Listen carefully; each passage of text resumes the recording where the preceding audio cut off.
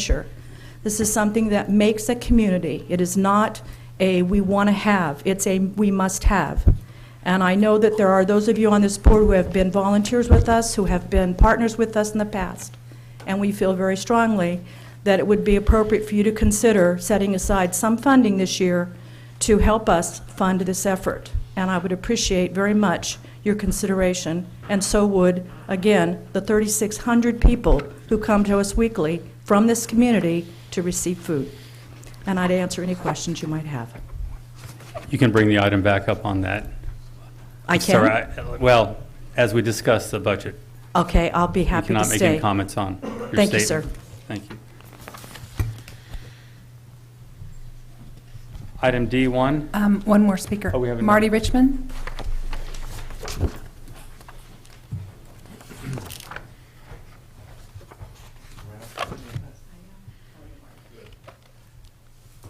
Good evening, Mr. Mayor, members of the council. Marty Richmond from Hollister. As you probably know, the county started their budget work today. And one of the items that caught my eye and that I commented on today was the fact that, this may sound a little complicated to the audience, the ratepayers of the waste wasn't that complicated. I guess. That's all right, thank you. Thanks for leaving the 2 seconds. Was the fact that the ratepayers of the trash disposal service, which is mandatory, put money in to the tune of $4.8 million into that fund to close the landfill, which is a legal requirement. You close it up, and you have to monitor it for 20 or 30 years, and you have to have funds in case it leaks, and that's all well and good. So we put the money in, and the county came along and found that they could make a deal with Waste Management to take over that responsibility. And I have no problem with that. But what they did is, when they took the money out, they switched it from the enterprise fund, Waste Management Enterprise Fund, to the general fund. And now they're about to go in and ask for a rate increase for the trash. So they took $4.8 million out of the enterprise fund, put it in the general fund. I do not believe that is legal. I don't believe it's warranted. I don't believe I can tell them what to do with that $4.8 million, but I believe it belongs to the enterprise fund, and it should be used for the enterprise. Just to give you some idea of what kind of money is involved here. That was for the last fiscal year that ends on June the 30th. For next fiscal year, they've already got on the budget to take out another $1.8 million to pay for the resource recovery park and some other stuff. So altogether, that is like $6 million and a lot, okay? That's a lot of money to come out, and that first part about it coming out of the enterprise has really got me upset. So I told them that in no uncertain terms, and I told them I would be writing, they offered to try and get a legal opinion. But you know, they moved the money, then they offered to get a legal opinion after I said I was going to write the Attorney General and I was going to write the finance guys and the controller and the state. That money belongs to the ratepayers. The fact that they don't need it anymore doesn't make any difference. The money still belongs to the ratepayers. If we allow that to happen, here's the potential. Anybody who needs some general fund money can say, I'm starting an enterprise fund. It's mandatory. You have to put in $5 a month, so we come around and inspect your house, make sure you don't trip on the sidewalk, collect a lot of money, 3 years later, 5 years later, say, I'm sorry, we decided we don't need it, therefore we can just move it to the general fund. That's a backdoor tax. People never voted on that tax. They have no choice because the enterprise fund for trash pickup is mandatory if you live within the region. So I thank you very much, and I just wanted to keep you informed. Thank you very much. Do we have other speakers? Yes, Mr. Mayor. Paul Carrillo.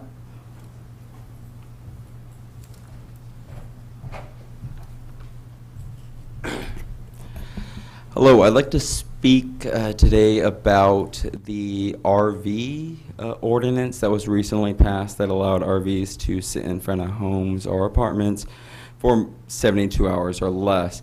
I feel as though the RVs create a security risk, and I think we can all agree that the safety of our children in our community is first and foremost. Should be at the top of the agenda of any politician. And that pretty much is it. I would just like to inform you that imagine me walking past the RV and feeling scared. I can only imagine a child walking home and passing the door of an RV in a shadow, or the RVs being allowed to transport drugs in our city. Rebuttal?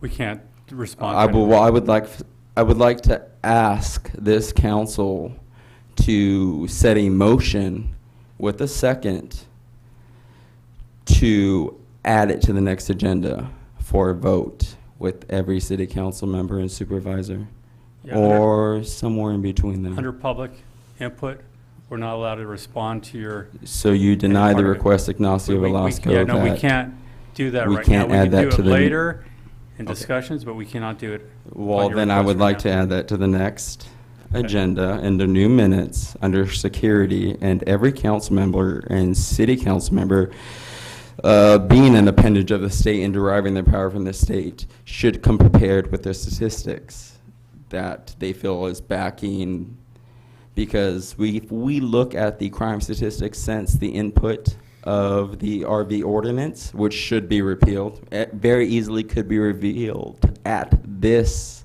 council meeting with a motion and a second and a vote and a division of the House under parliamentary procedure, could be ended today. Could actually put this city in a safer position and a safer position in the future. And I give the rest of my time to the mayor, who Thank seeks you. to speak. We can't respond to your comments under public input. Is that all you, is that it? Sure, Thank you. as long as it's in the minutes. Thank you. There are no more speakers, Mr. Mayor. No more speakers, okay. We'll move to item D1, city manager's report. I have nothing to report at this time. Okay, no business on item E. Move to item F1. Chief? Thank you, Mr. Mayor and Council. This item is a funding from the AB 109 committee here in our county that will fund a AB 109 officer, we're calling it a compliance officer, to work with our probation department here in town. It's something that we've been working on for quite some time in concept. This officer would be assigned to our UNET team, which has adopted an all crimes type of way of doing business from now on. So at this time, I've also got with me the chairman of our AB 109 committee here locally, Ted Baran, which would be one of the departments that we would work with during that. This funding actually pays for a full burden police officer with added up to 15% of overtime, so it should cover the entire cost for a police officer for this position. Any questions? Any questions from council? Councilmember Yes, sir. Friend? Yeah, Chief, I don't have any problem with the proposal. My question is the funding is going to be forever, or are we going to end up 2 years down the road? Yeah, having so to support that it's actually going to be part of the permanent budget, and I believe that Chief Baran could actually answer that for you if you want to go up there. I know the expert's here, so we ought to ask him. Good evening, Mr. Mayor, members of the council. Ted Baran, Chief Probation Officer, San Benito County. To answer your question, yes, the funding formula is actually constitutionally now guaranteed, so it's in the California Constitution. So as far as I'm concerned, indefinitely, the funding will be stable. Yeah, thank you. Thank you very much. Any other questions from council? Do we have any speaker cards? No, Mr. Mayor. Thank you very much. Motion to approve resolution Motion to approve Resolution 2015-125. Second? Second. All in favor? Aye. Aye. Motion carries 5-0 vote. Thank you. Move forward to item F2. City manager going to speak on that? I do have a speaker's card. Okay, let's have the city manager go through it. What item is it? F2. Motion to approve Ordinance 1118. Well, no, we have a speaker's card. We do have a speaker? We do. Oh, okay. That's why I wanted the city manager to go over it first.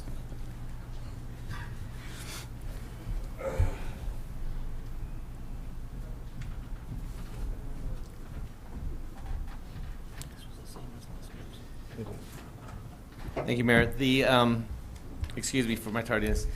The item before you is essentially the second reading of the ordinance related to the tobacco sales in pharmacies. There has been no changes to the original language that of the first reading, so staff's recommendation is to read by title only, waive full reading, and adopt the ordinance number, what is it, 1118? Yes, it is.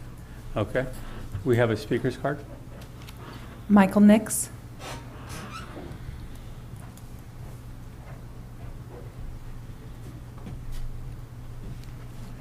Good evening, Mr. Mayor, council members. My name is Michael Nix, and I reside here in Hollister. I'm here today to speak out against the council's decision to instate Hollister Municipal Ordinance 1118, barring the sale of tobacco at pharmacies within the city limits. While I agree that tobacco is not beneficial to the health and well-being of this city's residents, it's still a completely legal product in this state and country, and I felt compelled to speak out against this ordinance based purely on its general unfairness, possible economic impact, and its setting of precedents, encouraging the banning of tobacco products at other establishments and the banning of unpopular products in the future. The council has stated the reason you support this ordinance is to send a message that the sale of tobacco products runs contrary to the pharmacy's mission. I think if you were to ask a pharmacy owner his mission, it would be the same as any other business. The mission is to make money. And the message the council is sending is that this council feels it is better suited to make personal decisions of choice than its citizens. 3 of the 7 local pharmacies have voluntarily agreed to stop selling tobacco products. I assume because of consumer pressure. And the council has already sent this message by commending these pharmacies that have done so. Is it not logical to believe that the other 4 would follow suit under continued pressure from consumers? If even one pharmacy were to continue selling tobacco products and remain in business, could that point to the possibility that the citizens of this city prefer convenience over sending a message? If the people of this city believe, as the council does, that pharmacies should not sell tobacco products, they can choose to patronize only those pharmacies that refuse to sell tobacco products. If a majority of people were to do this, the remaining tobacco-selling pharmacies would be forced to follow suit and stop selling tobacco products or go out of business. I believe that the council should be promoting personal responsibility, individuals' right to choose, rather than try to be its citizens' conscience. This city takes pride in calling itself the birthplace of the American biker and throws a 3-day party every year for people to celebrate a lifestyle that is a classic symbol of American freedom and the right to choose your own path, and slaps those same people in the face by passing an ordinance such as this. This ordinance has monetary issues as well. At a time when this council is ready to extend the temporary sales tax measure in order to maintain city services, is it a responsible act for this council to throw away sales tax revenues, however small that amount may be, in order to send a message, and then ask its citizens to pay more in sales tax?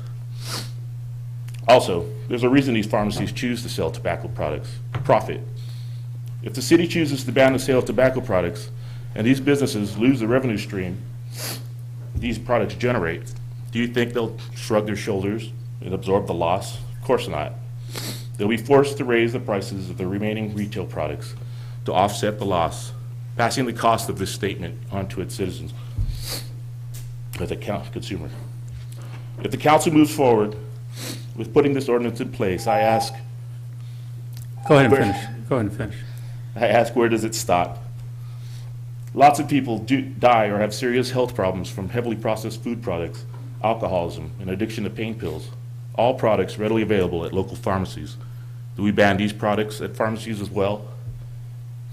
Maybe this council or a future council believes tobacco and alcohol are products that shouldn't be sold in residential areas. Do we pass an ordinance that banishes retail establishments that sell these products to the outskirts of town? Maybe a future council feels these sin products should be more tightly regulated. Does the city institute municipal liquor and tobacco shops? The city has a problem with rampant theft, deteriorating roads, and aging infrastructure, and a growing segment of homeless and unemployed. I feel the council should focus its efforts on these problems and leave the message sending and morality statements to its citizens. Thank you. Thank you very much, Mr. Nix. Do we have any other speaker cards? No, Mr. Mayor. Okay, thank you very much. Any other comments from council? Is there a motion? So move. Is there a second? Second. All in favor? Aye. No. Aye. Motion passes 4-1.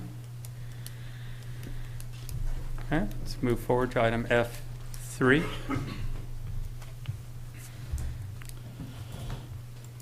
Good evening. Item F3 is a resolution which will order the levy and collection of annual assessments for landscape and lighting. This resolution will actually declare the intent of the City Council to levy and collect this annual assessment for the Landscape and Lighting District 93-1. Approving this item will declare the intention in order to order the levy and collection and call for a public hearing to be held on July 20th, 2015. This is the next step in the annual process of continuing the landscape and lighting district within the city of Hollister.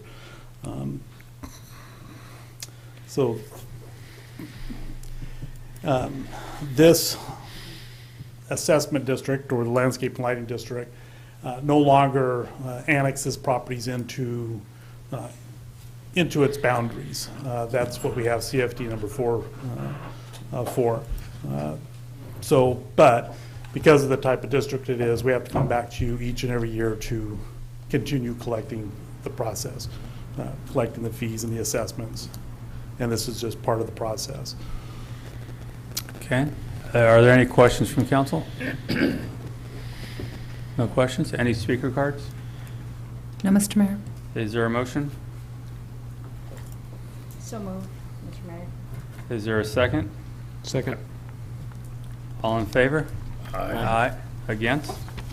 Motion carries 5-0 vote. Thank you very much. Item F4. Okay, item F4 is a resolution of the City Council that will approve the subdivision improvement agreement for the village's property, which is a subdivision that is a 155 lot subdivision, which is between Santa Ana Road, Meridian Street, and at the end of El Toro, north end of El Toro Drive. This project has been reviewed, approved. A public hearing was held at the Planning Commission. It's been reviewed by the Planning Commission. It was approved. The tentative map was approved, and there were no appeals filed for that subdivision. The subdivision will create about a 3 acre park site for recreation activities. It's along Santa Ana Creek, and so that's all open space. What we're asking today is that the City Council approves the subdivision improvement agreement.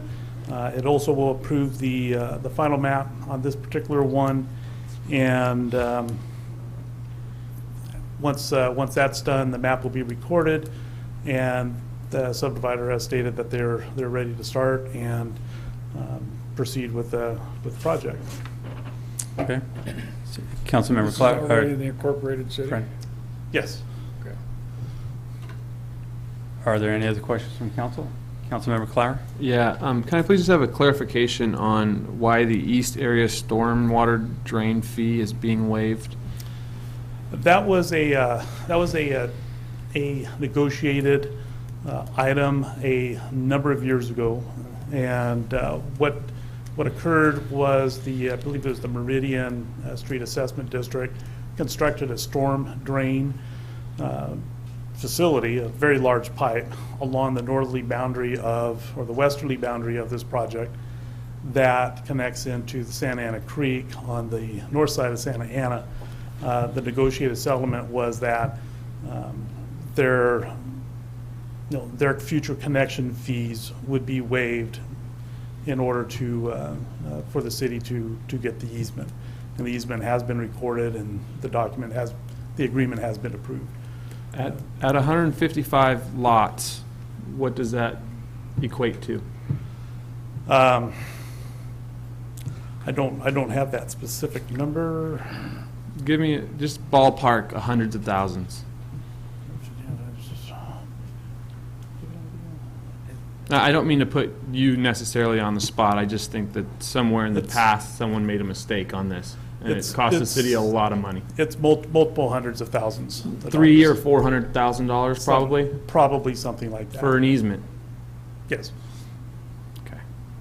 I don't know if maybe I'm just making a statement here, but I'm usually pretty pro-developer and pro-growth, but it's kind of ridiculous to me that an easement costs the city that much money. And I don't know if maybe the city thought that the subdivision was going to be fewer lots, maybe, but that's a lot of money for an easement. Yeah, even if it's 20 years ago is when it happened, it's a lot of money. Yeah, the current, the developer, they're called UCP Santa Ana and Hollister LLC. It's Benchmark Communities.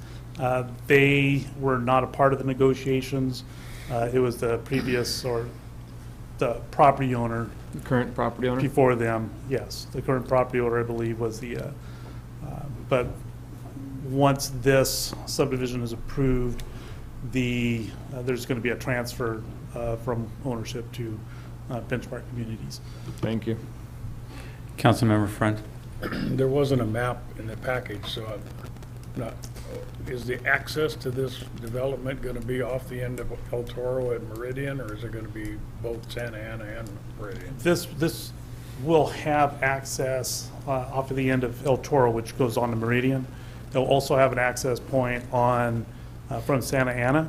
There's also 2 roads that are stubbed out to the property immediately to the west, so there will be connectivity between properties once the property to the west. So the intersection on Santa Ana then, is that going to have any restrictions on our lights, stop sign? Anything?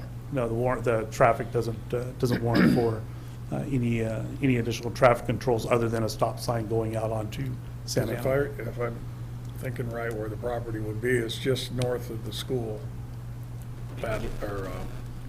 East. Gavilan Hills, right? But it's further east of further east of the school than right exactly at it. There's a property where Memorial Drive is master planned to continue through. Right. So when Memorial Drive intersects Santa Ana, it's anticipated that there will be additional traffic control at that location, especially when additional traffic and that it really builds up on the traffic volumes. So there will be most likely be a minimum of a 4-way stop at that location. So there will be some traffic control then. Well, my concern is both Meridian and Santa Ana at either 9 o'clock in the morning or 3:30 in the afternoon. They're a little difficult to get down either one of them. And now you're going to add another 150 families to that equation right there. It's going to be extremely difficult, especially on Santa Ana because it's not improved. Well, they will be doing city standard improvements along the frontage of Santa Ana. So that part of Santa Ana will be improved. However, when Memorial gets through, it's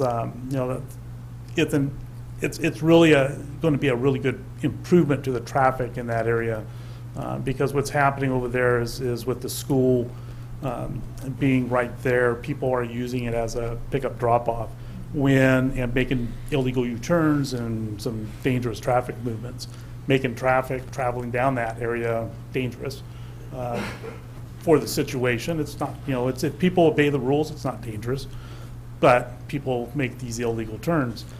When Memorial comes through, people will be able to make the right turn after they drop off their kids and continue on, and there will be absolutely no reason to make these illegal movements, vehicle movements. So, the impact that this project will have on Santa Ana, people, not all 155 are going to be using Santa Ana. I mean, it's suspected that probably, half the project will go out to Santa Ana. They don't hit Santa Ana all in one big bunch. But, the peak hour is going to be, there's going to be a morning peak and then an evening peak. The other half will go out to Meridian and then. Because this used to be the Brigantino property, but that's who was going to That's correct. develop it at first. Right? That's correct. Okay. Councilmember Flower? $252,650. That's what the easement cost. Found it. I was just going to give that to you. C1, page C1. Look. $250,000 easement. It's amazing. That's it. With the improvements, and again, we're not seeing the maps here, so this is partly onto Santa Ana Road. Are they going to bring 4-lane to that point, continue the 4-lane that exists right now on Santa Ana before the school to this point? It'll be widened to its ultimate width on the south side, because it does include an extension of the existing culvert for Santa Ana Creek, or the dry creek Santa Ana Creek that runs through that property. So, the frontage will be dedicated. It's being dedicated to the city, and it will be improved to the north to the side required is county. I understand the north side is county, but Right. doesn't change the fact that that road should be pretty much a 4-lane. It's getting heavy, starting to get a lot more traffic on that road. And obviously, as each development gets built, it's going to continue. Now, I understand the Memorial extension is going to relieve a lot of that traffic, but right now you have people speeding down that road at a high rate of speed and can easily lose control out there. So I think at that point, if we're going to be approving projects on this area, we need to start to plan for that now rather than find ourselves in a situation as we're finding, as Mr. Clower pointed out, some bad deals in the past. Doesn't mean we need to continue more bad deals. How are we going to handle that part? Well, as you said, as each development along Santa Ana comes along, they will be responsible to improve their frontage, and as necessary, as long as the nexus is found, we'll be requiring them to improve Santa Ana even outside their frontage with offsite improvements.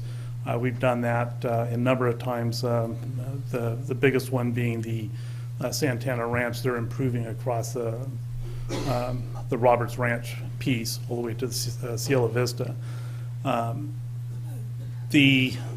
So as the projects develop, I mean that's how we're gonna get that project. The Memorial Drive extension is a project that's been identified in the traffic impact funds, and if the city council on a later date wants to prioritize that project, that's their desire to do so if they wish. However, we're already, as we're seeing projects come through on the north side of Santa Ana, some of that is within the city of Hollister's sphere of influence, but yet the county is cooperating and we're cooperating with them and making sure that the traffic is brought to their attention so that the north side of Santa Ana can be addressed. They are required, because they're within this, some of it is within the sphere, they are required to improve to City Hollister standards. So we are keeping a very close eye on, on how development occurs along the north side of Santa Ana, and definitely as projects come to the city for the south side of Santa Ana, we'll be requiring the improvements as we can find the access to do so.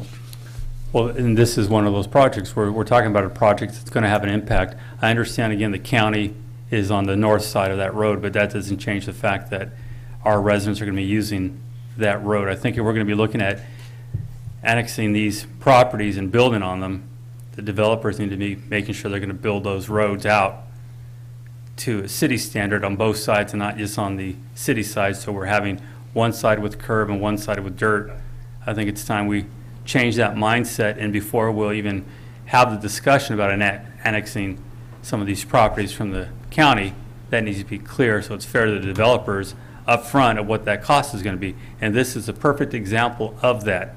You have a section that's going to add more housing, it's jumping over a property, true, but it's widening on the west side of Santa Ana right there, and this is the time for us to start making those improvements to that point, and anything else that wants to come down that line, making sure we're doing those improvements before we find ourselves in the same situation again in the future. And again, I don't want to put one bad deal after another bad deal, and I think this is where we're at on this one. Councilmember Luna? Yes, I just wanted to request that once the improvement and the development of the project begins, that will you bring back, David, frequent reports on the development of the roads and streets. I have a concern that it's close to the school and that the traffic already is bad enough in the area. And we have received already some complaints from parents and even school officials, but I really hope that, and that every time that there's a new street in town or a new street in the community, people begin to use it and find a shortcut somewhere to get to where they're going. And so that would be my concern. So I would really like to see, as the project moves along, I would really like to see frequent reports on the development of the project.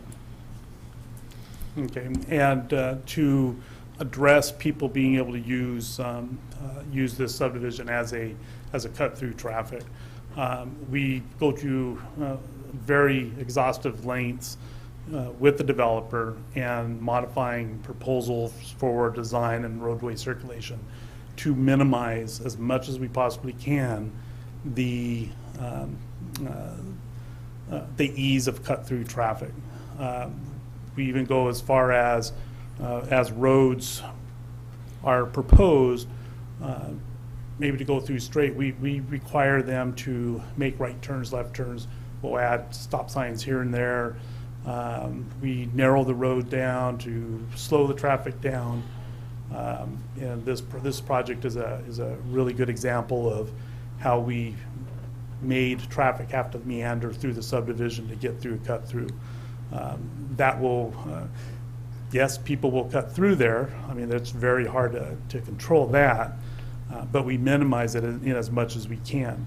The biggest thing that we'll be able to cut back on cut through traffic is the development of our circulation, including the, in this particular case, the extension of Memorial Drive. Memorial Drive is actually planned to continue even further north of Santa Ana.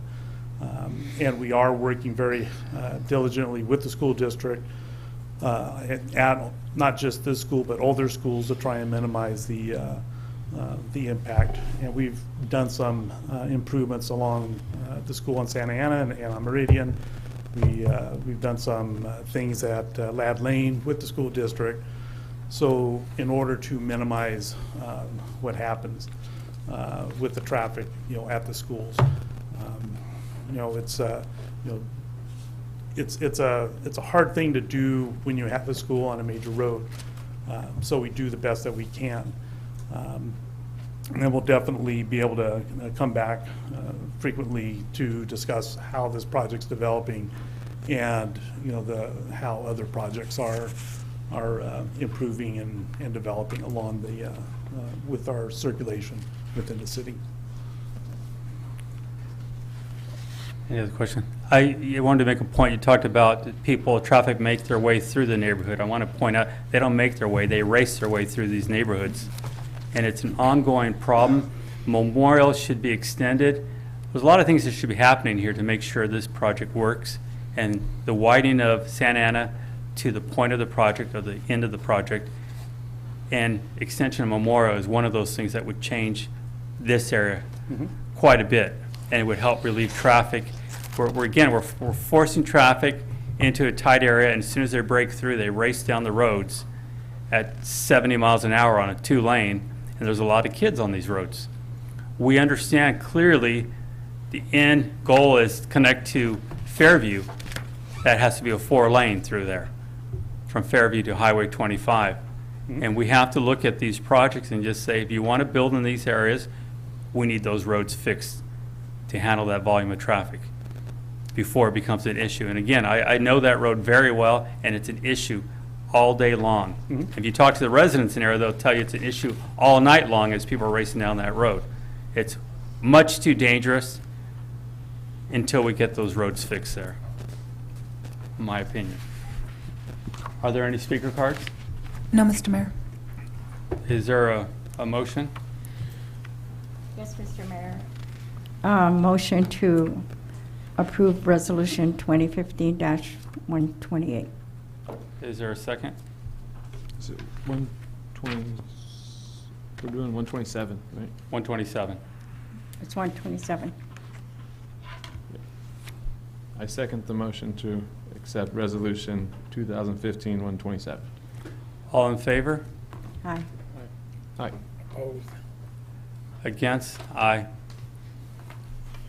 Motion passes 3-2. Thank you. Thank you. Very much. Item F5.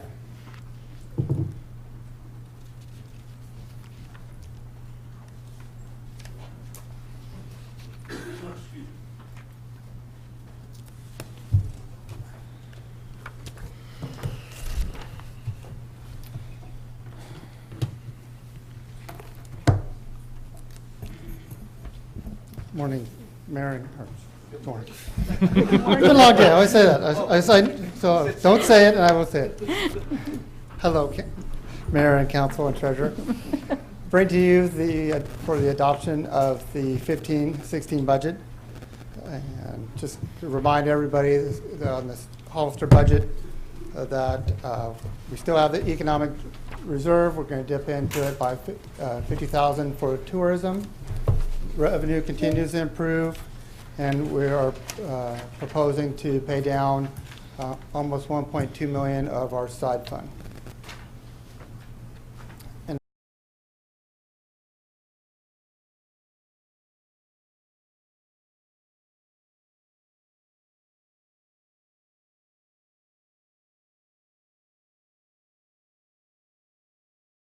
your presentation, the second column to the right is our projected revenue for the year end, which is about $18.3 million, which is about $800,000 above our budget for this current year. And then our current budget, we're projecting $19.5 million for revenues.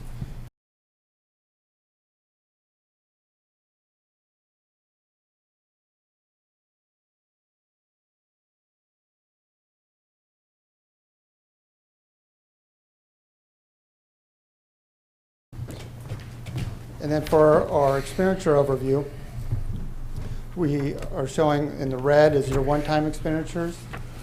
And it has increased since our presentation. We brought in the one-time expenditures where I'll be talking about here in a little bit, which is our normal expense are about $19.5 million.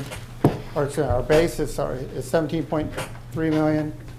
Then we have one-time expenditures of $2 million for total expenditures of 19.5. Just to remind everybody, majority of our expenditures are in personnel, which makes up 68%. Our categories for function, or two major ones are police and fire. And this is a breakdown of our expenditures by the different departments. Like we said, police and fire are major two, and on down to non-departmental is large because this is where we're going to be requesting to pay down the side fund of over $1 million. We came to you with the capital improvements that the department has requested, and also to remind everybody that this is going to be our leap year, which our expenditures are going to be, just for payroll, are going to be $335,000 more this year compared to previous years.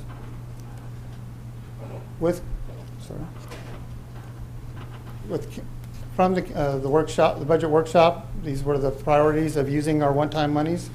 We're going to continue the senior discount for water and sewer. I'll be bringing to you our next council meeting to update our senior discount policy for water to be just on the base tier, not on the higher tiers. Continue funding the library, the aerial truck replacement, the tourism contribution I already talked about. Want to do some additional sidewalk repairs, the watch guard system for our police officers. Sound wall cleanup was another major area that we wanted to spend money on, and we've included $75,000 for that. Continue our gang officer, and then the leftover funds was to pay down our public safety, or we had funds to pay down the public safety side fund, about $1.2 million. With that payment, and then with our current, or usually our normal annual payment, in principle, is about $400,000. That will pay off that side fund. So in well under 3 years, you have paid off one of the major debts. The next one we'll be working on is fire. When I come to you with our fourth quarter review, which is usually at the end of August, beginning of September, I believe we were going to finish the year better off than we budgeted, and I will bring to you then some suggestions of spending those funds, those also additional one-time monies. And if you have any questions, you can ask at any That's time. to use those funds to pay down the side funds. Correct. Now this is the, we have this chart. I'm going to more go to a graph form. This is what we presented to you.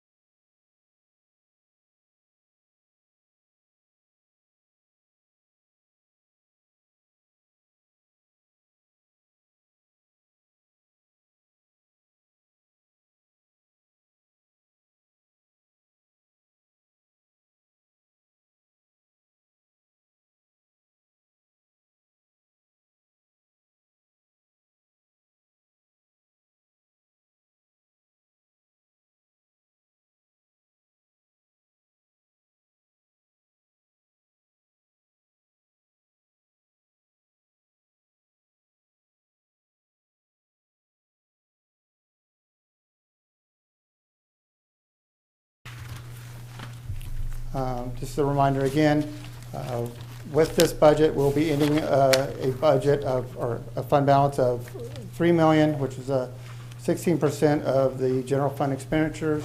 We will dip into our economic development for the tourism. You still, in combined, is still a $3.7 million equity or reserve balance.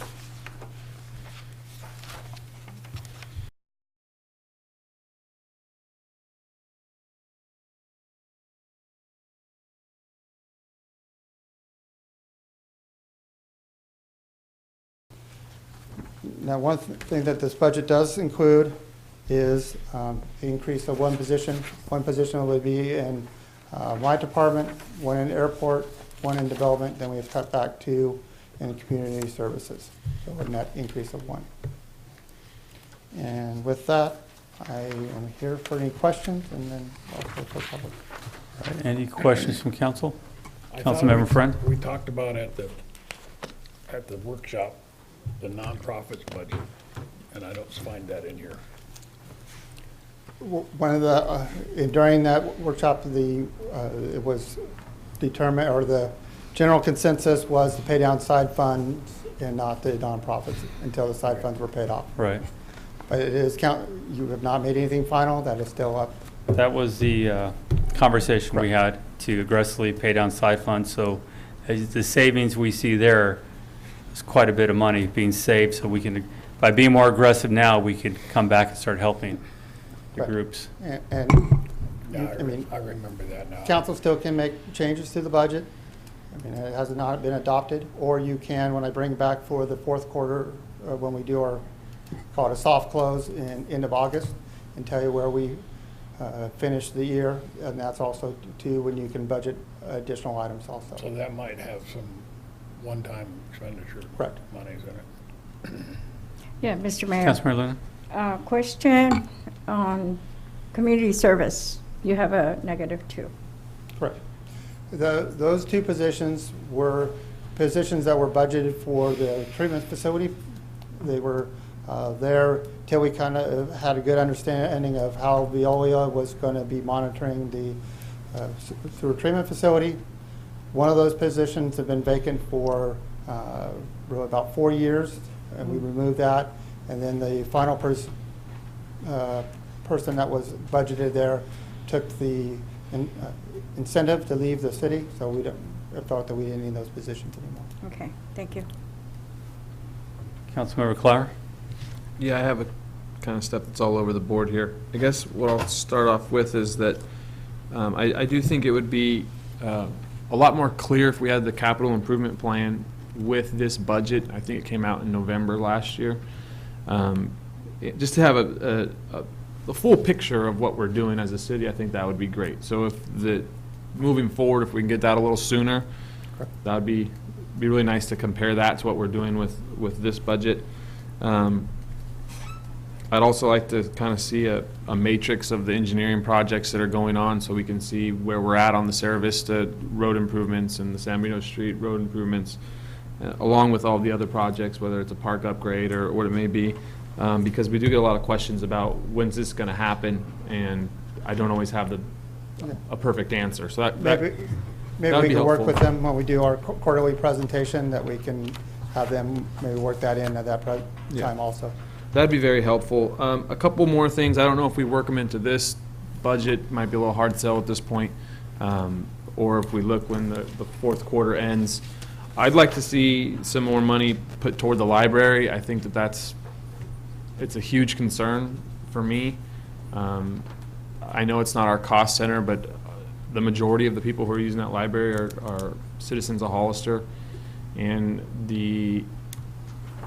we're doing kind of a feeble job at contributing to that. And $15,000, they'd probably spend that in a week, maybe, I would imagine, when you look at their entire budget, maybe even less, a couple days. So that's kind of a sad amount. I don't know if you double it and go to 30, does it make that big of a difference? It's going to make a big difference for somebody, probably a couple kids that are going to have better services. And we all say that we're eventually going that way anyways.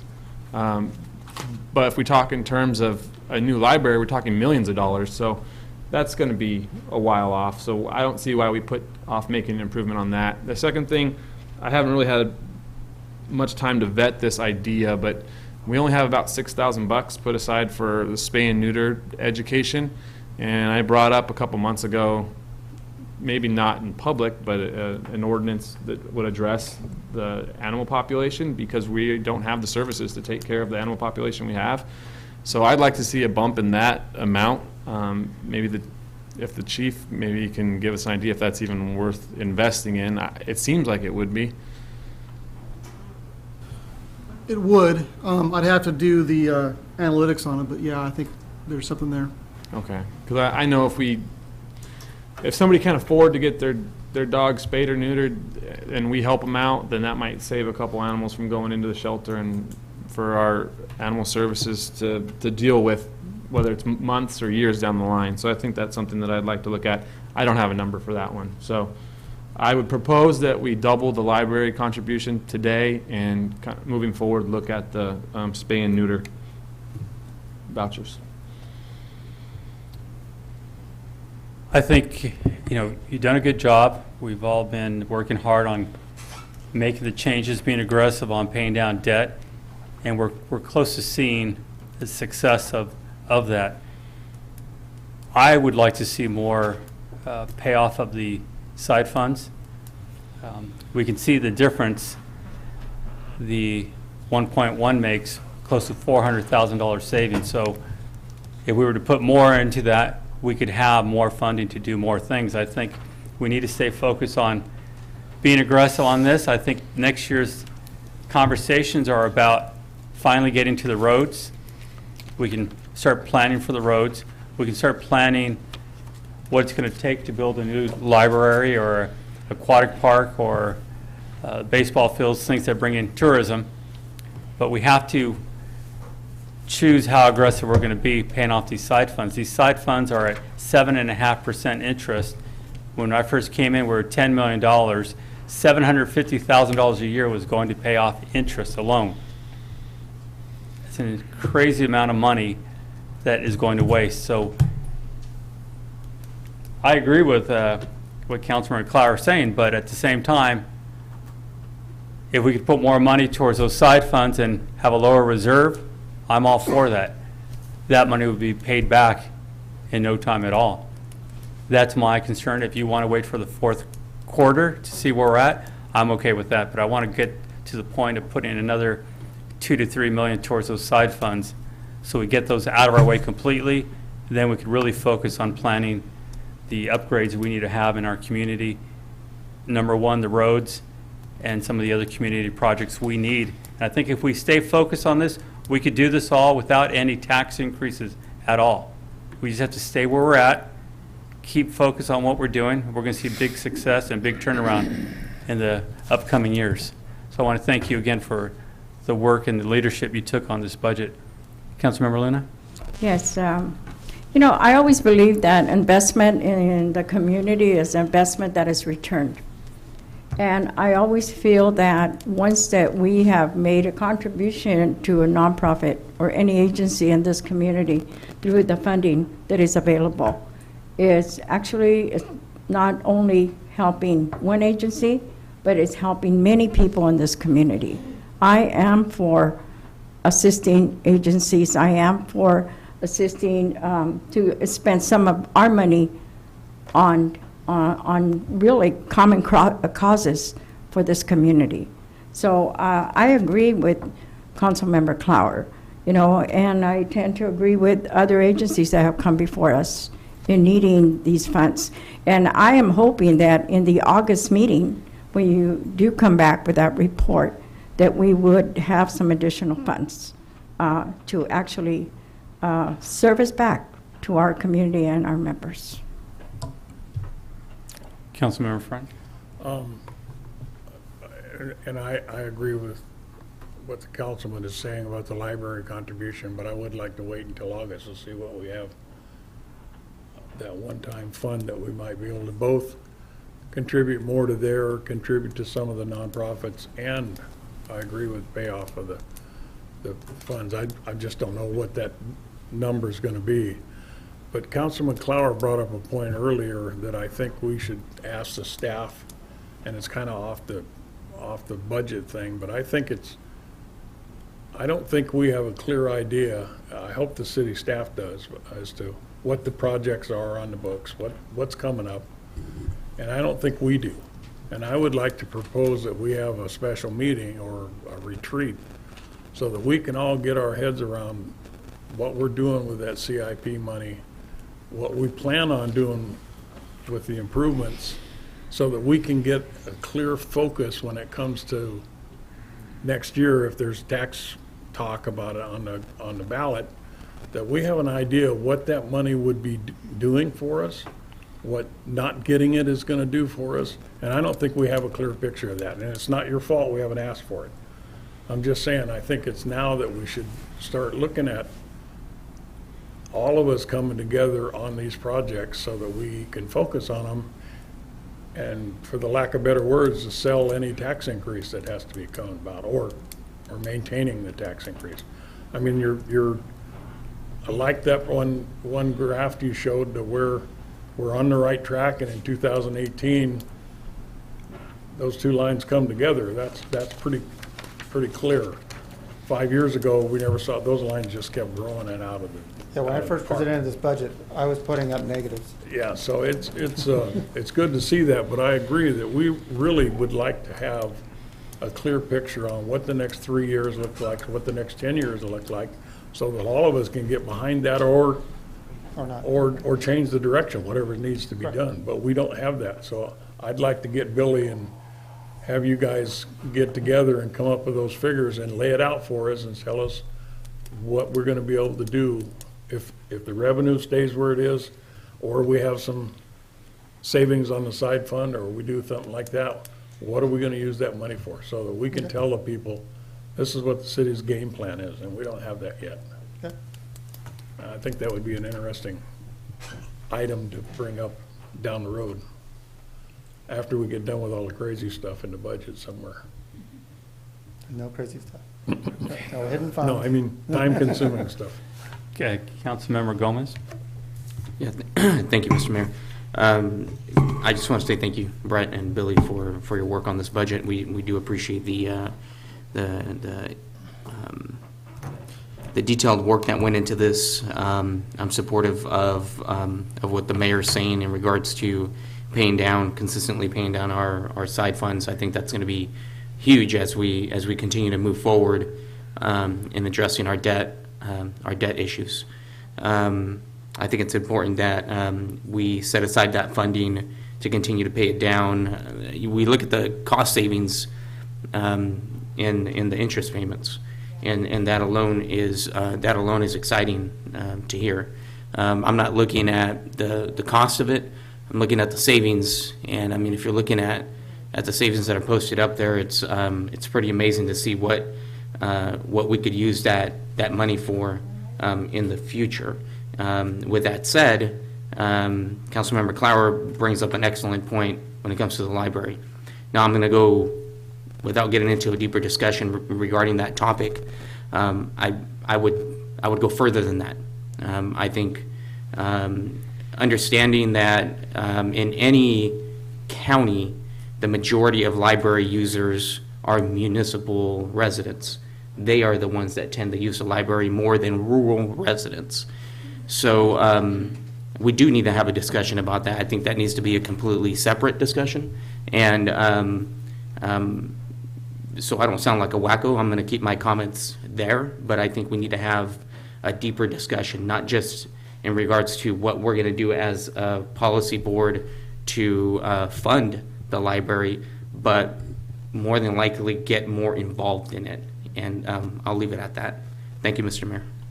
Thank you. Councilmember Clower? No. Okay. Do we have any speaker cards? Yes, Mr. Mayor. Susan Thompson? I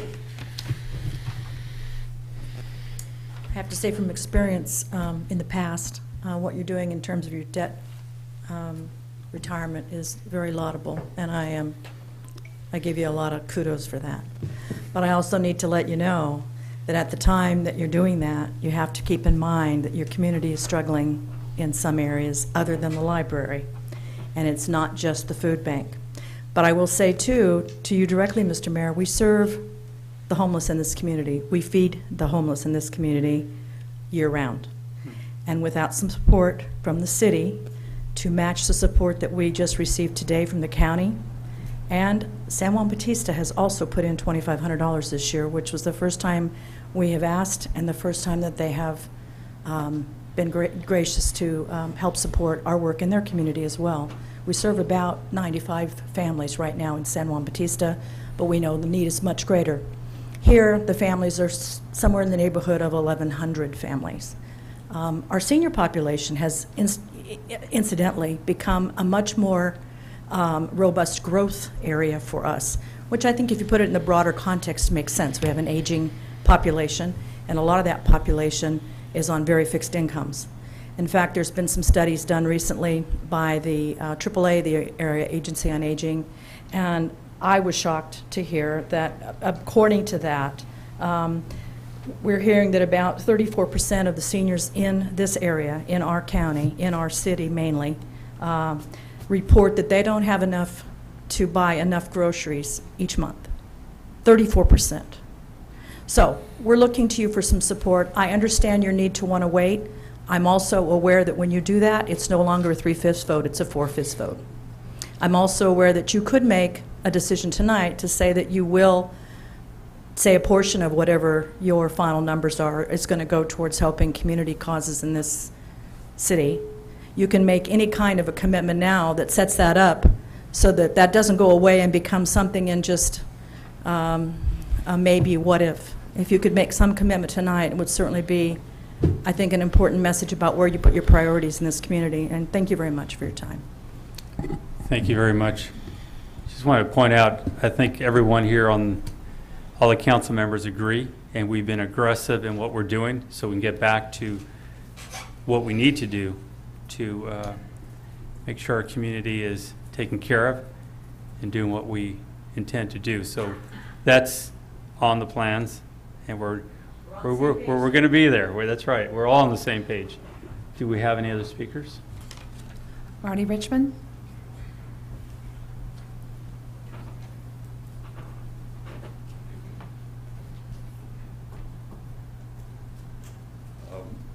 Marty Richmond from Hollister. I'm not going to have any specific recommendations because we're poor, like a poor people. Like the guy who says, I could get a job if I had a car so I could commute, but I can't have a car because I'm too poor. And that's the situation we're in. I'm not pleading poverty to get out of paying anybody anything or to get out of supporting any program. But I'll talk about a couple items that did come up just so you know where I stand. On the libraries, you know I'm a big supporter of the library. I would like us to go in there and whack it with a bunch of money. But truth of the matter is, we're not going anywhere with it. So I think even though I would like to do something, there's nothing to do. Today I learned that the county is going to put together maybe a 5-year plan. Joe over there, I think he's got some ideas for the future. We got to wait for that because until we find some space over there, I'm not sure we can effectively use the money. I have to be perfectly honest with you. And what we're looking at over a 5 or 6 year thing is an enormous amount of money to build a new library because that's what we need. There's only so much you can do. I will say I reviewed the entire library database, and the new one that came out of California, all 1,100 and something branches, all 187 libraries. And I wanted to give credit, and I did over there. It turns out that as a percentage of the funding, our folks are doing really well on what they're pulling from the federal and state government's grants. I didn't realize that where we stood on that. So we're pulling in, which just shows you how little the county's putting in, okay, per capita. In fact, one of the worst in the state. But I'm not sure if you put any more money to the library. I'm not saying it wouldn't be used in, and I am a big supporter, and I appreciate Mr. Clower's support. I've been lobbying him, and now unfortunately I may have won a convert, and that's probably the wrong thing. So I apologize, because I got to tell you, I don't see yeah, we could use it for salaries, but you know, we need more than salaries, okay? There's a whole thing has to be done. I think Mr. Gomez is on the right track. And so I think we have to take a deep breath and take a look at what they got going for a 5-year plan. So that maybe get some money there. I wonder if we had anything budgeted for this sound wall cleanup. That's $75,000. That's a lot of money. Is that just kind of we decided the sound walls are terrible and we're going to clean them up? Is that the deal? If it is, I wonder, are we obligated by the union contract that only we can clean it up? If somebody else clean it up, maybe we can get people to volunteer to clean it up, take the $75,000 and put it toward some kind of community something or other. I don't know. I understand the kind of walled-in things you guys get into. Okay, so I'm glad you're paying down your debt because and I will wrap up. The debt's been a killer. 2's the charm. 3, 4. There you go. The debt's been a killer, and I'm going to wrap up right now. She doesn't reset me. Okay, and I'm very glad about that, but I do think there is some maneuverability now, because you got a little bit of breathing space. The real problem is, I'll get to it real fast, we're not generating enough revenue because we are killing the business community. Okay? Without that revenue, we may get the debt paid off, but we're never getting out of the hole of having an extra tax. Thank you for your time. Thank you very much. Thank you very much. No more speakers, Mr. No Mayor. more speakers? Okay. Is there a motion for item F5? So, so I'd like to have you recommend approving both Resolution 2015-128 and 129, which is the adoption of the appropriation amendment also. So move. Is there a second? Second? All in favor? Aye. Aye. Against? No. Okay. Motion passes 4-1. Thank you very much. And that Move was forward. Councilmember Clower. Councilman Clower is against. Yes. Item F6.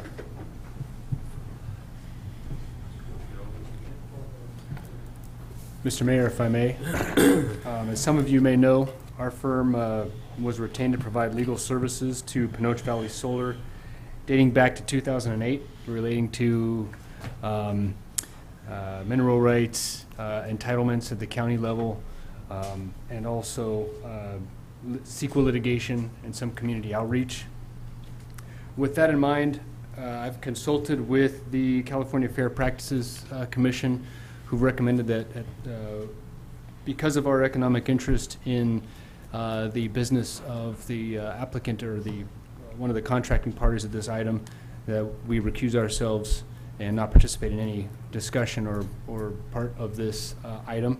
And so it's important to note at this point that we have not participated in any negotiation of this agreement on behalf of either party, the City of Hollister or Pinoche Valley Solar LLC, or their predecessors in interest.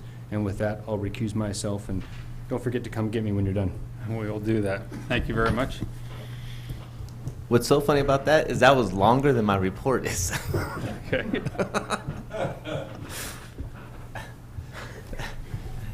Thank you, Mayor and Council. The item that you have before you is a resolution authorizing the mayor to execute a contract with Pinoche Valley Solar Farm for the emergency medical response and fire protection services for the project down in South San Benito County. The environmental impact report that was conducted as part of that approval process, one of the mitigation measures of the CEQA document was for there to be emergency staff available during the hours of construction of the plant. The Pinoche Valley Solar Farm released a quote-unquote a request for proposals. The City of Hollister responded to that request. The Pinoche Valley Solar Farm then made contact with our fire chief. They began going through some negotiations as it related to our response.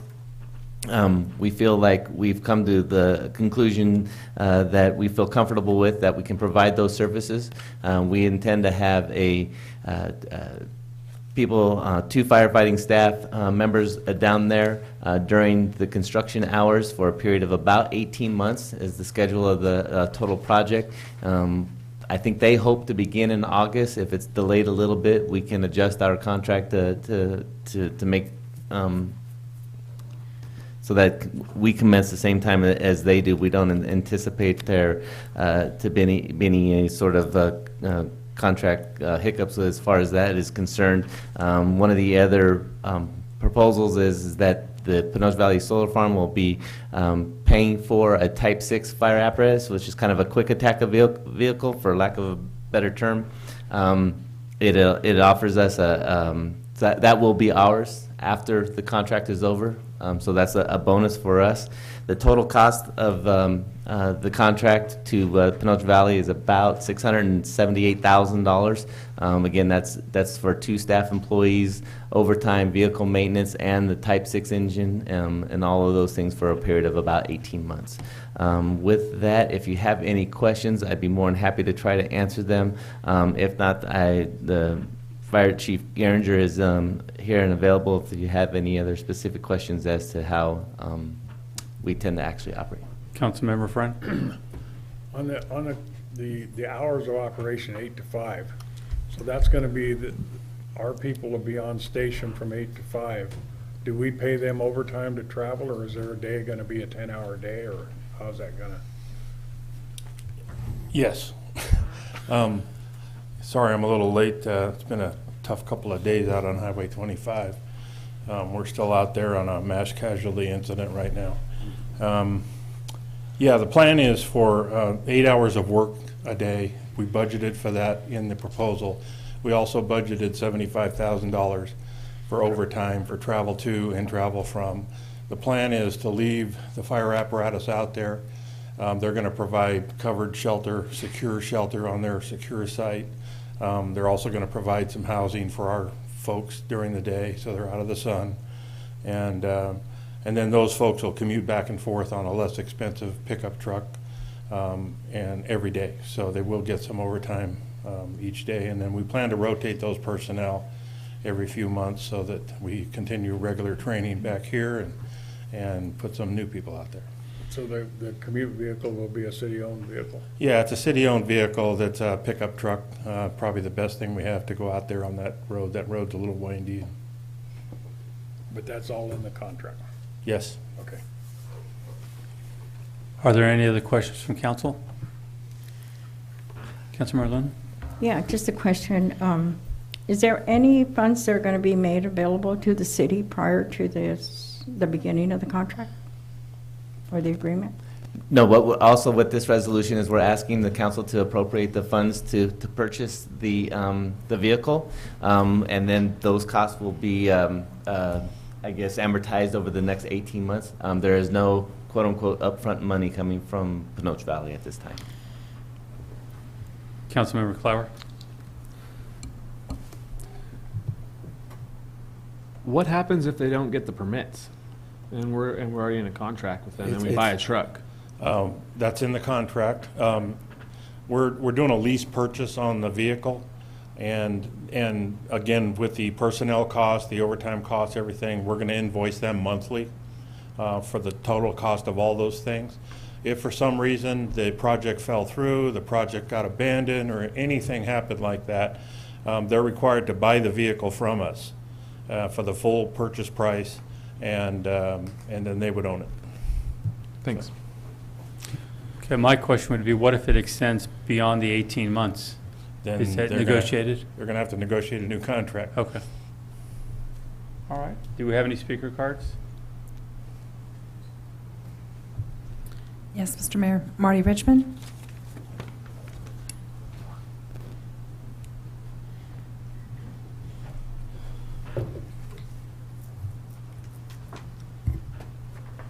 As I'm sure you all know, Marty Richmond, that I support the project. This is a prudent thing to do, okay? It's just prudent. You may also know that I was the safety manager of a very hazardous operation at the airport. And I considered, and it was in Hollister city limits, and was there for years and had an excellent safety record, outstanding safety record. Went 3 or 4 years without a lost time accident. Handling the most hazardous material you can imagine. And one of the reasons was I considered the fire department of the city of Hollister my partners. The fire marshal used to come out there, and I just opened the doors and said, let's inspect everything we got. And we were able to work hand in glove, because the best firefighting is prevention. Don't have a fire, you don't have anything to worry about, okay? Yeah, you can put it out if you have a fire, but having a fire is always worse than not having a fire. So I would hope, and again, I don't know what the contract says in specific things. I don't want you to change anything. I don't know what the union position is going to be. But I think it's very important if we have people out there that they become essentially working hand in glove with the contractors. Not that we don't, that's a lot of money. I mean, you know, I want people who buy our services to get their money's worth. That's a lot of money. And for that kind of money, I think yes, they don't have to work 8 hours a day, but I don't think we want somebody sitting in a tent. I think what we want them to do is be proactive. We want them going around. We want them to work hand in glove with the safety people who are there and the contractors to make sure we do not have a fire, to review things like the process sheets, to make sure that the adequate amount of fire extinguishers are there, to make sure there's a fire guard at night when you go home and the last thing you've done is welded something and it might be smoldering. You're required to have somebody check it every 10 minutes for 2 hours, that all that gets done. Essentially, they become junior fire marshals, if you will, when they're not out responding, putting the fire out. That's the best way to handle this, is to make sure that we do a good job for them, they do a good job for us, everybody goes home happy, okay? Because when the project's done, we say we had no problems, and our customer in this case, who's going to pay a lot of money, says, I would do that again because I got my money's worth out of that. We didn't just wait around to have a fire. So that's all between the chief and you guys and off the, you know, all in the background. You don't have to write it in a contract. But I just think that's the attitude we ought to have. We're working together to make sure that we have a safe operation, not just that we can put the fire out in case something goes wrong. Thank you for your time. Thank you. Any other questions from council? I did want to ask the chief, the two people that are going to be stationed out there, are they both going to be EMT? I would think probably what's going to happen here is more of the medical emergencies. It's hard to say. Yes, they're both going to be EMTs, but there's going to be 550 employees coming back and forth from the Central Valley and from Hollister to work out there. So there's also going to be traffic incidents on the roads out there. So our folks, it is in the contract, by the way, Marty, to provide extensive training to their employees while we're there for fire safety and first aid and those types of things. But yeah, they will be EMTs. What about in case of an accident? Is there an ambulance close by, or how does that kind of work? There's nothing close by. I know. So, but that's what I'm worried about. But we will be in, you know, just like now, we're in constant communication with everybody, and we can have a CalStar helicopter there and an ambulance on the way, just like we do now. Okay. And also, you should know that Type 6 vehicle is going to provide Hollister years of service as the first ever pump and roll off-road capability that Hollister Fire's ever had. So it's good for everybody. Okay, thank you very much. Do we have any other speaker cards? No, Mr. Mayor. Okay. Is there a motion, council? Yeah, I'll make a motion that we approve Resolution 2015-28, 29, I believe it is. No. 130. 130. 250-130. 130, oh, All okay. right. Is there a second? Second. You knew what I meant. All in favor? Aye. Aye. Aye. Against? Motion carries 5-0. Thank you very much. Let's move on to item G1. Thank you, Mayor. I'm going to, Mary Paxton sort of initiated this, but she's unavailable tonight, so I'll try to do my best to do it justice. One of the things that we came up with that might be sort of fun for the city of Hollister, we've never done this before, but as you know, we have a few interests into the city of Hollister. Several years, or a few years ago, we had Leadership San Benito go in and design and construct a Welcome to Hollister sign at the corner of San Felipe and the bypass. Now, as you know, as we're working towards the West Gateway project, or the improvements to enhance the West Gateway, there is sort of a design element and or sign to be installed as part of that project. One of the things that we'd like to do is sort of have an open competition, but it would be anonymous, so that you know, there isn't any sort of favoritism being played here. So we're asking the council to approve a resolution authorizing us to initiate a a contest for people to create a design element for the West Gateway, hopefully incorporating maybe some Pinnacles National Park influences or any of the other things that the city of Hollister is known for. It doesn't have to be just a sign with language with verbiage on it, but it could also be a sculpture or any other sort of artwork that might represent and just provide a nice gateway into town. So with that. Councilmember Friend? I don't have any problem with the concept of what we're trying to do. My question is $50,000 to ask people to submit a design? Oh, no. The $50,000 was approved as a part of the overall project. So that's what COG has allowed us to use as far as the actual work or the construction. What this would be is So the total of phase one is $50,000. Yes. Okay. Any other questions from council? Councilmember Luna? Yes, what is the time frame on this?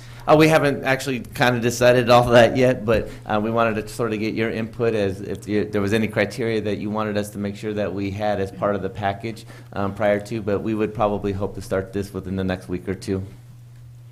Okay. Get it out there. My concern is that it seems like everybody in the surrounding area, South County, through 101, everybody has signs already, gateway to the Pinnacles, except us. Well, and that's part of we have also a wayfinding sign program that the city of Hollister and the county of San Benito and COG have kind of embarked upon, again, to sort of incorporate the Pinnacles National Park. As you know, for those that visit Yosemite on a pretty regular basis, every city in the Central Valley kind of claims its fame to be in the gateway to Yosemite National Park. I think we have a definite advantage here over Soledad and King City is that actually our side of the Pinnacles is probably the nice side of the Pinnacles. I guarantee you it's the nice side. It's the one with the camping and whatnot. So I will say that I think that we are a little bit behind the 8 ball from that perspective of really going out there and publicizing the park, but we have seen a huge increase in the number of visitors into the park. And again, there's nothing that says you can't have more than one gateway. So we're going to take advantage of what we can. Actually, San Benito has, city of Hollister, San Benito has two. We have the west side and coming in through the airport. Yeah. So let's not forget that side also. Yeah. No, that's the west side is the one we're talking the about. west side. Yeah. Okay, any other comments from council? This should make Marty happy. Marty's been yelling at us for years to get signs out on 156 telling people Hollister's sitting over here and they're just driving by. So you should be happy with this, and I agree. I think it's a good way to put this. Well, there's another program that we've talked about over for several years, and it really is something that I probably need to get started on again. Is that we wanted to do sort of a monument sign, and please don't take this the wrong way, but at the treatment facility, we have a lot of property over there, right on 156, and the idea about it years ago was to sell advertising space on that sign, whether it be Subway or any of the other gas stations that are along that west side corridor that you can say, turn left at the light, 1 mile, city of Hollister and whatnot. And on the flip side of it, if you ask people to turn right at Highway 25, you can have McDonald's and Taco Bell and everything else on the other side. So we will try to provide some sort of just an acknowledgement. And I know that I hate to say that it's going to be at the treatment plant, but I hope that that's not the focus. And the focus is actually the sign and sort of letting people know on 156 that the city of Hollister does exist, and it really is only a mile away. So. Yeah, but like Mickey was saying, the timeline, I think we should, if you just leave it open-ended, we'll be looking at it next year. I think maybe a 90-day. At my pace, it'll be 10 years. I'm kidding. Yeah, so I would say September 1, by September 1, they should have their designs in. It should be something that we'll for this competition, we'll have it a pretty short period of time. We probably won't have it more than a few weeks. So. I think it's important to have a design, but as you're driving, remember what you're looking for. It's just a sign pointing you somewhere. There's no time to look at a picture. It's where do we go from here? I think inside or for literature or different things, you have the designs. I think that's what you're looking for, right? Yeah. Mr. Mayor, I'd like to make a suggestion that on the west side, you have In-N-Out Burger and next to it, next to the sign. I couldn't, right? I couldn't agree with you Get more. everybody in. I am tired of driving to Gilroy for that. Well, They might get the hint that way. City Manager, do we have any speaker cards? No, Mr. Mayor. So what do you need tonight, consensus? Yeah, just consensus. So is there consensus from the council to move forward? Yes. And establish, I think I heard a timeline. Yes. Yes? Yes. Okay. Okay. Let's go ahead and move forward on that item. Thank you. A few more items to go. Does council want to take a break, or do you want to continue through? Let's get it done with. We'll take a break between the next session. Okay. Item G2? G2 is, just real quickly, is the League of California Cities, we're asking the council to designate a voting delegate and an alternative for this year's conference, and it is in San Jose. I would like to volunteer. Okay. I would definitely be attending again this year, and Vice Mayor, friend, like to continue searching out products like we did last year. It was well worth the trip. All right. Currently, Carson is signed up to go also. Okay. So Okay. there's excellent. Okay. So can I ask who is the delegate and who's the alternatives? I'll be the delegate. Two alternates. Ray and Carson? Yes.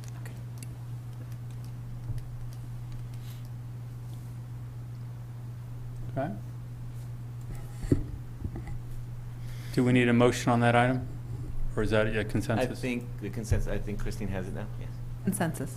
All right. Is council all right with that? Yes. We just need a consensus on that. Yes. Okay. Okay. Let's move forward with item 3, G3. Thank you, Mayor and Council. This item, we could probably move on relatively quickly. I received an email, I believe the city clerk received an email as well from the individual, and actually he resigned, so we can move forward to item G4. Thank you very much. G4, we had a few submissions for the planning and Parks and Rec. I believe we had 2 for each item. Is that correct? Yep. And we had 2 That is correct. openings for each item. So again, is this a motion or is this a consensus again? It'd probably be, yeah. We just ask that you ratify, yeah. Okay. I have a question. It says you received a additional application for District 1 and District 3. They're not open, right? That is correct. So what we'll do is we'll just hold those 2 applications for 2 years until those seats become available and check and see if they're still interested in that position. All right, do we need to ratify this in the form of a motion? I didn't. So moved. All right, there's a motion Second. and a second. All in favor? Aye. Aye. Aye. Against? Motion carries 5-0. All right, let's move to G5, reports from city council members regarding their committees. Councilmember Luna? Actually, I've been gone because I had grandchildren graduating, so there was a meeting of the governance committee that I was unable to attend. Okay. Councilmember Friend? I attended no meetings because I was out of town for a while, but I believe there was a meeting of the fire committee. I don't remember, and there was a meeting on the taxes, but the intergovernmental committee had a joint meeting, but I was not there. Okay. Councilmember Gomes? No committees. Councilmember Clower?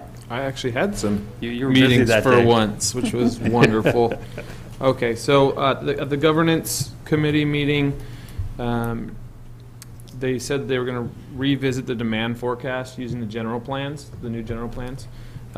So that'll be interesting to see, to kind of gauge how much water is going to be available for the number of units that are going to be coming in the next 20 years. So that was kind of neat.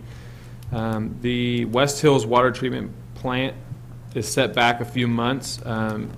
Bids will be open on July 15th. So that's kind of when that's going to start up. They also said that the water softener rebate program was moving along very well.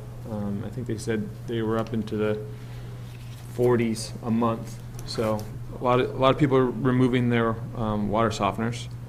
At the intergovernmental meeting, I was the alternate, and the Hollister School District stated that they were concerned about the number of students per classroom and what future development is going to do to those numbers. They also were concerned that they don't have the funding available to purchase the new school site from Santana Ranch. So that was an interesting topic. It was also brought up that there's some issues with dumping into the San Benito River near the San Juan Road Bridge. And they made it very clear that it was people who are driving down there specifically to dump things. So it seemed like a pretty big problem from the way that they were discussing it. Okay. I actually, there was no fire committee meeting that day. It was set aside to do interviews for the fire chief. Several qualified candidates were presented, and I believe the city manager is going to be making that decision relatively soon. The intergovernmental committee, I was stuck in the fire interview committee, but I did come by, and Mr. Clara was holding down the fort pretty well, so I was able to swing back to the interviews for the fire. So thank you very much for taking on that load on that meeting. To move to item G6. Any informational reports from council members? Councilmember Luna? Yes, Mr. Mayor. I'm just wondering where we're at with the Youth Council Advisory Committee. I know I've had a couple of calls from students wondering if the formation of such committee is going to be done, and because especially now the summer, some of the students may have some time to come into City Hall and know more about their city government, and also be informed on what duties and responsibilities it takes to have a youth advisory council. So that would be my concern. Councilmember Friend?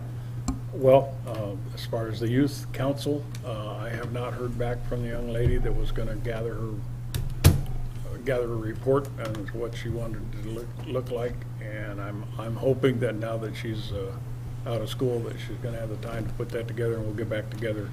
And I would like to think maybe by I guess our next meeting is July 20th, we should have something to go on that.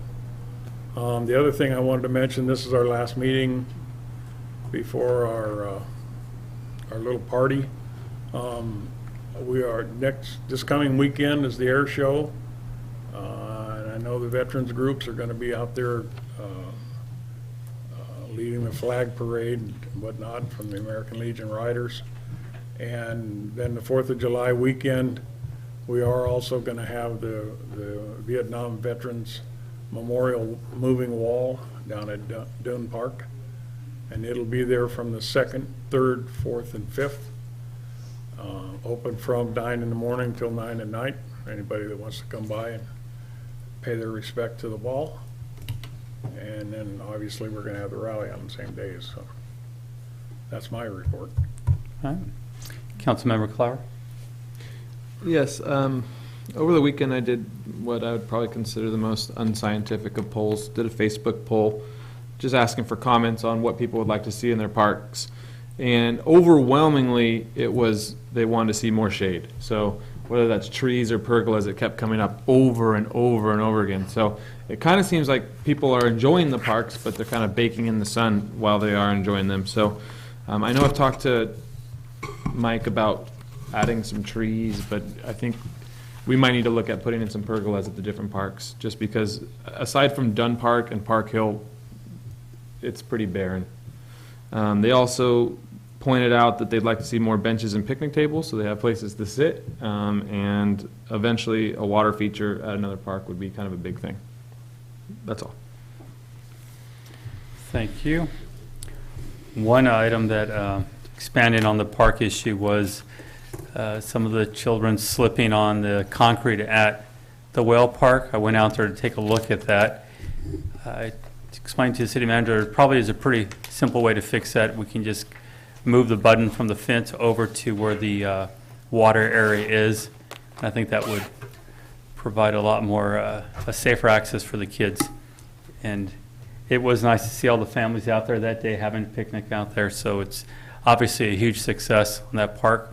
Looking forward to, as Councilmember Clower talked about, the west side having one of the parks with a water feature to finish off the parks on the west side of town, that being Calaveras and McCarthy Park. So everybody's doing a good job with those. Big compliments out there for Dunn Park, the new diamond out there. It's looking really good. And thank you everybody that's been helping to make the parks look nice. Let's move forward to City Manager. I think everybody kind of touched on some of the things that I wanted to report on. I wanted to thank Mike's group for getting the new diamonds down on Dunn Park. They're not quite complete yet. You'll see some additional features going in the next couple of days and getting ready for the opening of Junior Giants. I was actually at Valley View Park this morning at around 11, and there was probably 10 kids in playing in the water, so that is good. The other thing is, I understand that Dunn Park had a water feature in it at one point several years ago. If anybody has any pictures of that, I'd like to actually see it. I don't know. I thought it was right. Is it right in the middle of the? Just a pond around. Okay. Well, maybe I don't need to see pictures of it. No, I'd still like to see it, because that could be something else that we actually may want to consider doing as well. If we could bring back something that's a historical feature of the park, that would be kind of nice. With that, I wanted to just let everybody know, I think Councilman Gomez got hooked up on it on coming into town. Highway 25 southbound from about Tri-Cal to Shore Road is going to be closed for most of the evening. So if anybody's watching and expecting somebody to be home by now, just let them, or be patient. They'll get home eventually. And northbound actually is open. So with that, that concludes my report. Thank you very much. City Attorney. Nothing to report, Mayor. Chief. Sorry, I was putting out a Nixle alert. Just a couple of things. We did do the last Junior Giants meeting this last week. I'm actually still wearing my Junior Giants sweatband for my promise to eat nutritionally this summer. It should be interesting. We've had our first actual practice tonight, actually, for the group of 550 kids here in our community. So pretty exciting. I will also be at the air show this weekend, playing in the Vets golf tournament Friday. It's going to be pretty nice. And I'm excited about, of course, our rodeo coming to our community here. First events actually are this weekend. There'll be some eliminations out at Blotto Park. So after the air show, go out to Blotto Park and check that out. And of course, then on the 25th at 6:15, I believe, is the parade. And then, of course, the rodeo will be the 26th, 27th, 28th. I'll be out there. I'm a director. So enjoy your weekend and come on out and talk to your neighbors and enjoy the show. Thank you. Thank you. Interim City Clerk. I just wanted to say Happy Father's Day to all the fathers out there for this Sunday, and to remind the community to please attend the air show. Thank you very much. Items H, I, J, and K, there is no business. And I think at this point, need a motion to reconvene to the closed session. So moved. Is there a second? Second. All in favor? Aye. Aye. Motion carries. This session is to consider item B2.